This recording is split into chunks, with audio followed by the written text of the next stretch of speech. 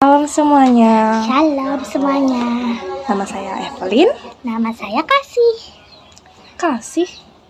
Iya, apa kakak? Kasih tahu siapa Tuhan? Tahu?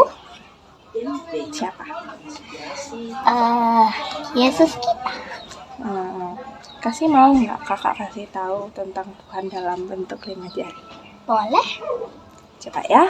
Yang pertama, jempol. Boleh. Jempol biasanya dipakai untuk memuji orang kayak wah keren, wah luar biasa, atau kayak film kasih yang kalian kasih suka itu Bobo Boy terbaik, kan? Iya. Nah jadi kalau jempol ini punya makna rohani, tuh maksudnya tuh kayak Allah kita itu hebat, Tuhan itu hebat, kan? Tuhan hebat kan? Iya. Menciptakan langit dan bumi dan segala isi. Tuhan itu luar biasa, penuh kasih sayang, dan rencana Tuhan sama kita tuh pasti adalah yang rencana yang terbaik. Benar? Benar. Jadi ayat yang cocok untuk jempol ini itu Yohanes 10 ayat 10. Aku datang supaya mereka mempunyai hidup dalam segala kelimpahan. Lalu yang kedua, jari telunjuk. Ini biasanya dipakai untuk apa? Apa ya? Jari telunjuk itu untuk menunjuk orang.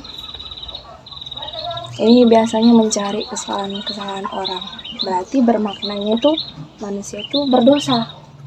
Terus coba kasih lihat jari telunjuk sama jari manis, jaraknya jauh kan? Iya. Berarti itu bermakna karena manusia berdosa, dia tuh jadi memiliki jarak sama Tuhan karena dia berdosa. Jadi jangan berdosa, harus baik. Ayat yang cocok untuk jari telunjuk itu ada di Roma 3 ayat 23. Karena semua orang telah berdosa dan telah kehilangan kemuliaan Allah, semua manusia berdosa itu terdapat jarak di antaranya dengan Tuhan.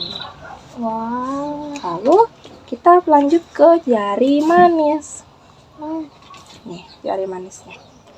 Nih, kasih lihat, jari manis itu dia paling tinggi kan? Iya. Berarti itu Allah itu dibilang tuh kayak maha kuasa, Allah di atas segala Allah. Nih, karena Allah itu mau turun ke dunia untuk menghapus dosa-dosa manusia. Berarti Allah itu maha penyayang, maha besar, dan segala macam mukjizatnya. Hebat kan? Mukjizatnya yang kayak kasih nonton di film Tuhan Yesus itu. Nah, ayat yang cocok untuk jari tengah yaitu Yohanes 3 ayat 16. Karena begitu besar kasih Allah akan dunia ini, sehingga ia mengaruniakan anaknya yang tunggal, Tuhan kita, ya, supaya orang yang percaya, kayak percaya Tuhan Yesus Tuhan, yaitu nggak binasa, melainkan hidup kekal di surga nanti. Lalu kita lanjut yang jari apa nih? Jari apa ya?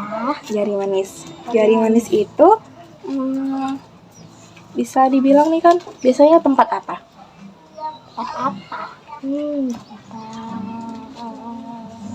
Tempat cincin, kayak misalnya orang yang udah nikah, kayak bapak mama, pasti ada cincinnya kan? Benar? Nah, itu menandakan hubungan yang terikat. Jadi manusia sama Tuhan itu harus punya hubungan yang terikat dan kuat, harus erat. Jangan sampai putus. Kalau boleh putus, biar kita itu selalu dilindungi Tuhan. Lalu jari terakhir, jari apa?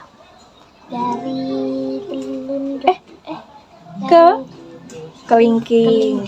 Kelingking ini tuh dari semua jari, kira-kira dia tuh paling belakangan, paling terakhir.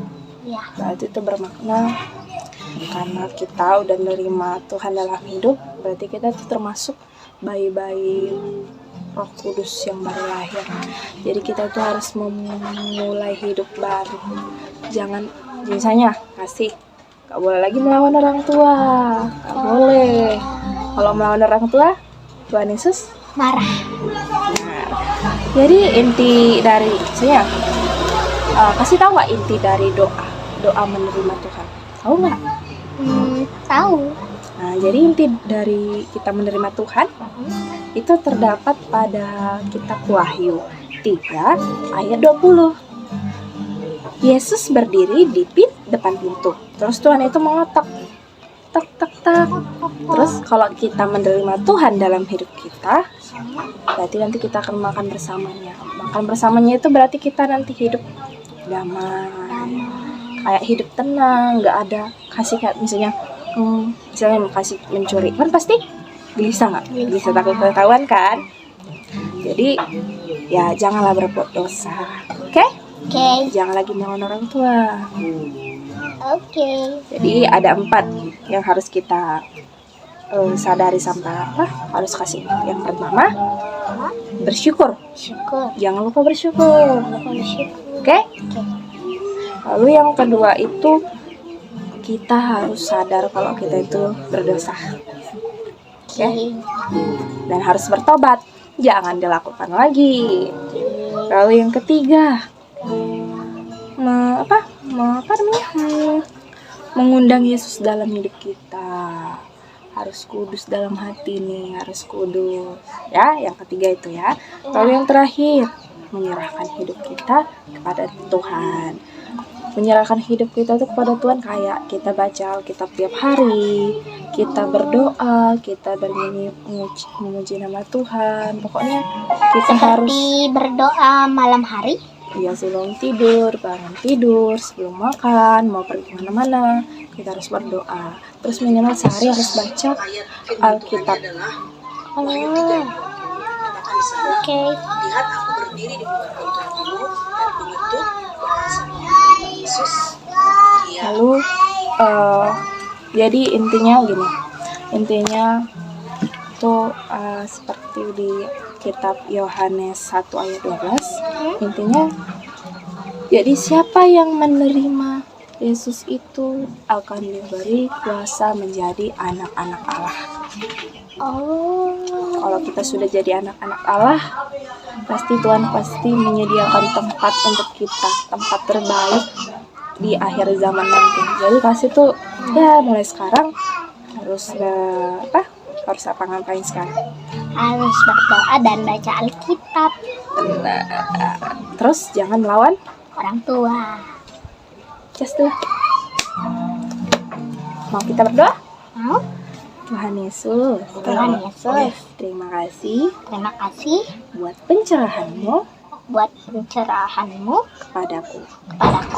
Biarlah Apa yang telah disampaikan apa yang telah disampaikan oleh kakak akan menjadi pengingat dan pedoman dalam hidupku supaya mau hidup di dalam Tuhan Yesus.